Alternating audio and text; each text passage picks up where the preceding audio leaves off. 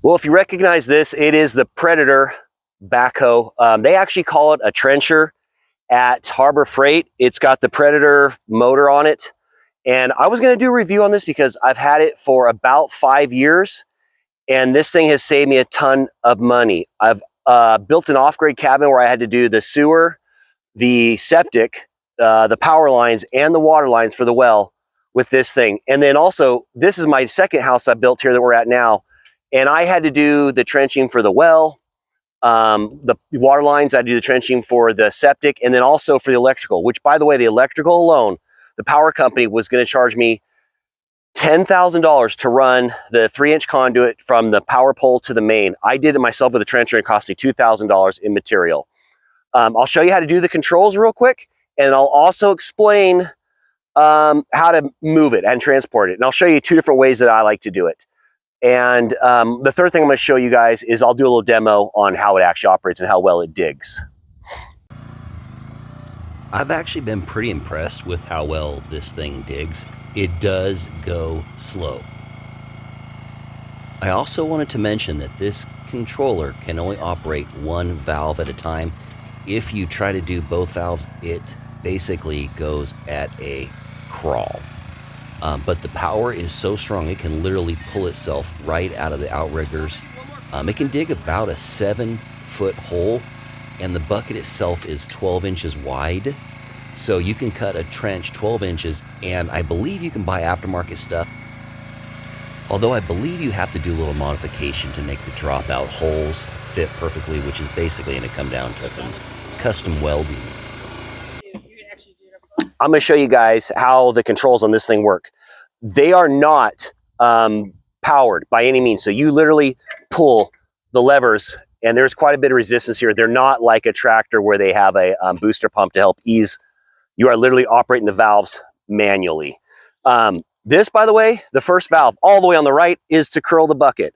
That's what it does. It curls the bucket. The second one is to bend the boom. So you bend the boom, right? The third one raises and lowers the boom. Last, all the way on the left, you have your swing, which swings the boom the direction you want. You can use 2 controls at the same time. It's really slow. You're better off pulling one and then barely tapping the next one. Is what I found out works best. With the exception of going down. If you're going with the load, like in other words, lowering stuff, you can do 2 at the same time and it works great. That's about it for the controls.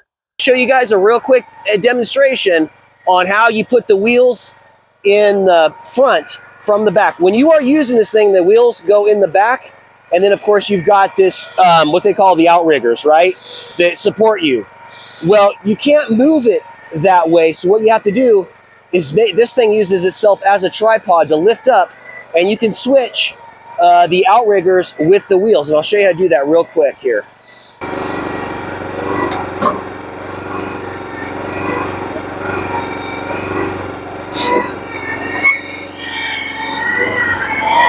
Ta-da! These things are not light, by the way.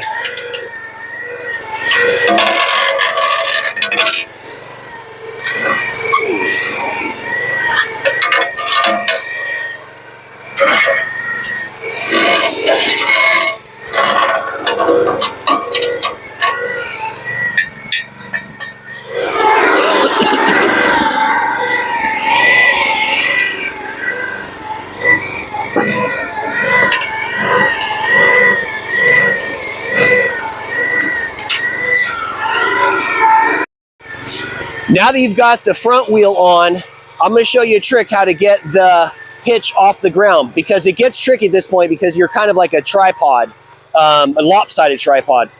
And watch how I work the the front end of the backhoe to lift up the rear end.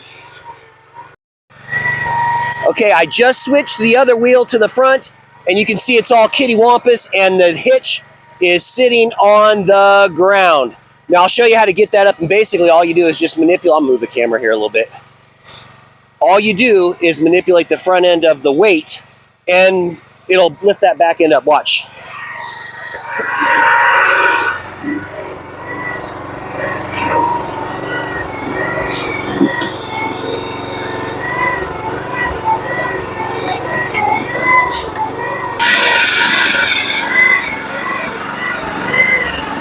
And then I hope you can hear me, but once you get your, turn this thing off.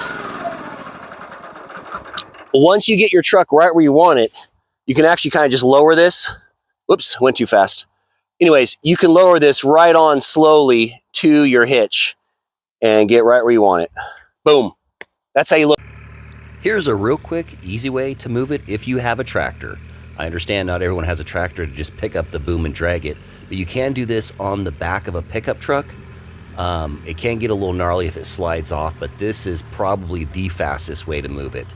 Here's another way I do it. I actually call this the caterpillar. And what you do is just basically extend the boom and retract the boom, extend the boom and retract the boom. And you creep along about 4 feet at a time.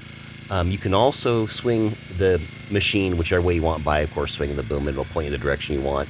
And that way you can change directions real easily. But it does take a long time, as you can see. I'm just kind of doing a demo here, going back and forth to show you how it moves. Not necessarily trying to get anywhere.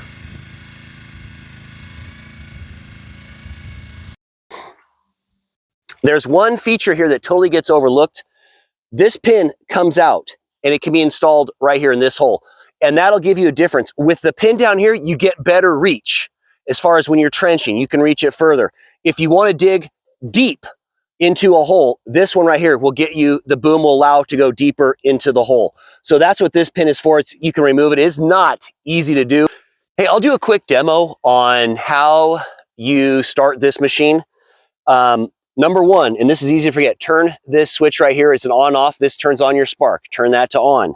There is a pet cock. There's a cock here for your gas. Make sure that is in the on position, and there's a choke. The choke goes all the way over to start. I put this thing, you've got slow, which is a rabbit, or excuse me, which is a turtle symbol, fast, which is your rabbit. I put it right about in the middle, choke all the way on. This is when it's cold. And then once I start it, I slowly start to bring the choke off. And sometimes I'll even run it for like 10 minutes in the mid position if it's really cold out, because it takes a long time for this to warm up. So let's see, I bet you this thing will make a liar to me, but usually, it'll usually start the first try as long as I've got everything turned on. Let's see how this goes. Right on. I actually forgot to turn it up. Now I'm gonna start backing off the choke.